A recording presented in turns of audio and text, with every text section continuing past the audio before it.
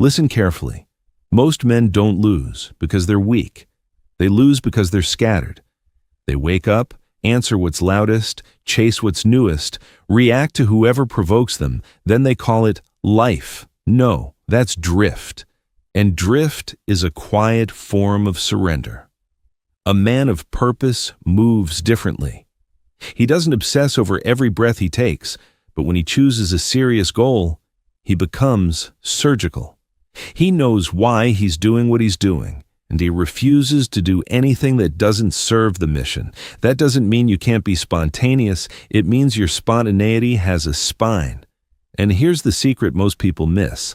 Purpose is not a feeling. It's a targeting system. It tells your attention where to go, your energy where to stay, and your pride where not to look. Without it, even a talented man can waste a lifetime. With that said, don't forget to like, comment, and subscribe to the channel. All right, let's get into it.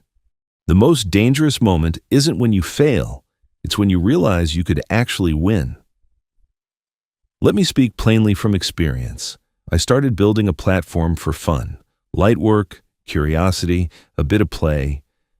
Then something happened. The numbers climbed.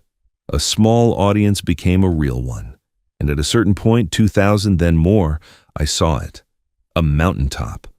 Not a fantasy, a real possibility. That changes your behavior.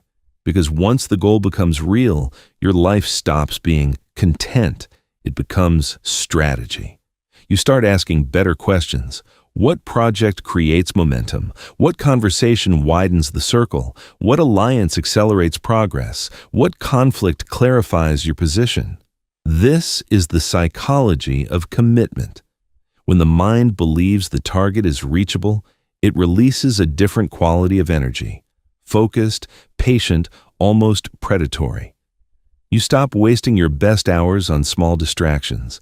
You stop explaining yourself to people who don't matter. You stop spending your life trying to be liked. And that leads to the next rule. A man of purpose doesn't just move. He chooses his battles. If you fight every battle, you'll die in a war you never meant to join. Here's where naive men get confused. They think purpose means being calm all the time, polite all the time, agreeable all the time. No. Purpose means your actions have a reason. Sometimes the reason is building. Sometimes the reason is provoking. In any public arena, business, politics, online, attention is a currency.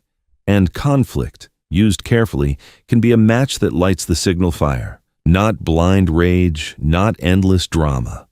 A targeted strike, a statement, a debate, a public line in the sand. The point is not to be controversial. The point is to be deliberate. The moment you start reacting for entertainment, you become a clown. But when you choose the confrontation because it serves the larger objective, you become a strategist. You enter, you make the move, you take the ground, and you exit before you undercut yourself. That is discipline. That is power. But power dies the moment you talk too much. So let's sharpen the next blade. Speech. Most men don't fail because they speak poorly. They fail because they speak too long.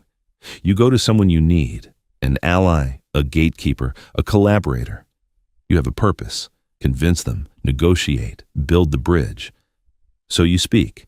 You get the yes, you win, then you linger. You keep talking.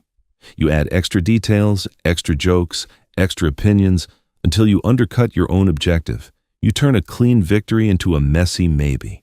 That's not just social awkwardness, it's psychological leakage. After a tense moment, the nervous system wants relief, it wants to relax, so it starts improvising. But improvisation is where you reveal insecurity, and insecurity is what people remember. A man of purpose learns the discipline of exit. He closes the deal and leaves the room, physically or conversationally, before his emotions start negotiating against him. He knows timing is power. He knows silence can be a weapon. He knows restraint creates gravity. If speech is a blade, then the next lesson is how to carry it across a dangerous world where one wrong step ends you. If you can't name your mountaintop, you're not on a journey. You're just outside walking in circles. When the goal's concrete, discipline feels natural. Climb Mount Everest? It's right there. It doesn't move. You can point at it. You're at home with no gear, no conditioning, no experience. So what do? You research. You train. You buy equipment as you improve. You climb smaller hills first. You learn the weather, the oxygen, the risks. 2 years, 3 years, 4 years. Then you attempt the summit with guides, Sherpas, and a plan. That's how the mind understands purpose, a visible target, a ladder of steps and proof of progress. Psychologically, clear goals reduce anxiety. They turn fear into logistics. They convert chaos into sequence. Your brain stops asking, "What if I fail?" and starts asking, "What's the next step?" But here's the problem. Most of your real goals aren't mountains. They're status, influence, reputation, power, mastery, money with meaning. Those are abstract. They shift. They hide behind fog. And because they're foggy, you stop looking at them until you've wandered miles away from what you actually wanted. A man of purpose does one ruthless thing. He fixes the goal in his mind, not as a wish, as a target. He returns to it daily, the way a marksman returns to the bullseye. The world doesn't punish you for wanting big things, only for wanting them vaguely. Next, we sharpen the target until it can't slip. Vague goals are emotional candy, sweet in the moment, useless when it's time to move. Be rich is simple because it's measurable, but be influential, be respected, be powerful. That's dangerous territory. Those goals are moving targets, and moving targets require tracking. So you define them in behavior, not in poetry. Influence is who returns your calls, who repeats your ideas, who defends your name when you're not in the room. Power is who hesitates before crossing you, who consults you before acting, who needs your agreement. Status is what doors open without you knocking. Mastery is what you can do under pressure that other men can't do at all. Now you have evidence. Now you can audit your life. If your goal can't be measured in choices, it isn't guiding you. It's entertaining you.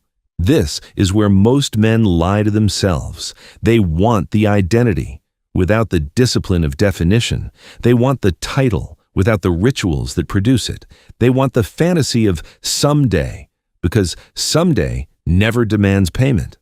A man of purpose pays up front. He writes the conditions of victory. He decides what progress looks like this week, this month, this year. And once he does, his days stop being random. They become aligned. When your goal becomes measurable, your excuses become visible.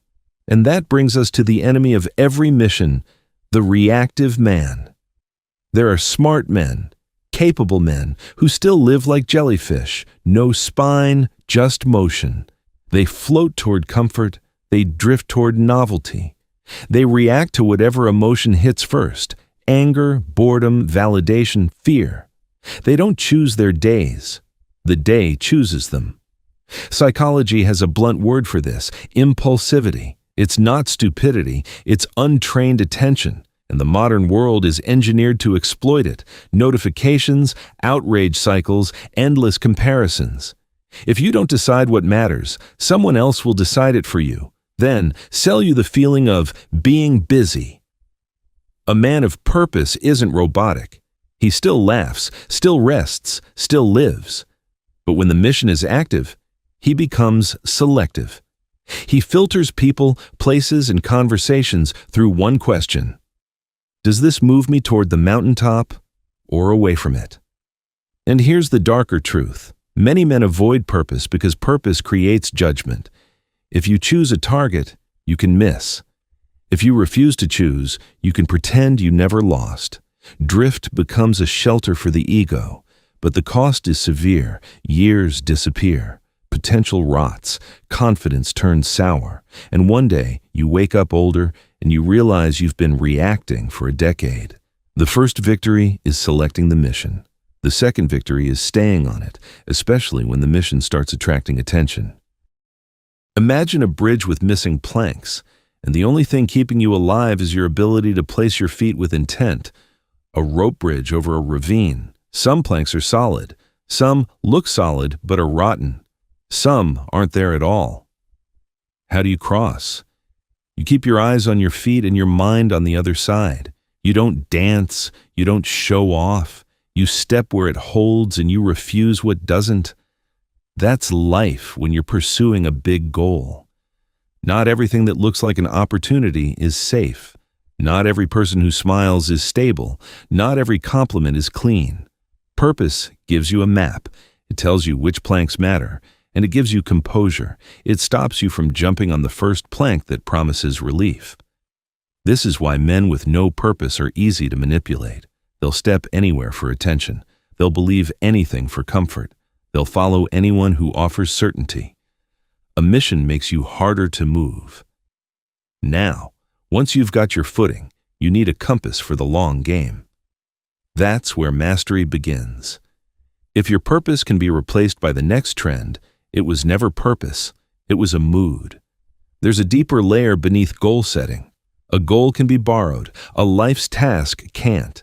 Your life's task is the work that pulls you even when no one is watching. The thread running from childhood curiosity to adult obsession. The thing you return to after failure, after distraction, after doubt. To find it, you don't scroll. You excavate. You trace your earliest fascinations. You study your envy, what secretly impresses you. You notice what makes hours disappear. Then, you test it in the real world with small experiments, because fantasies don't count, only contact with reality does. When you locate it, your life stops feeling like a scattered to-do list. It becomes apprenticeship. And apprenticeship is where purpose turns from inspiration into identity. This is part 1, the target, the discipline, the game. In part 2, we go deeper. Why struggle is necessary, why suffering can be forged into strength, and how a man becomes so aligned with his mission that the world can't easily seduce him off course. Most men want motivation. The dangerous ones build inevitability.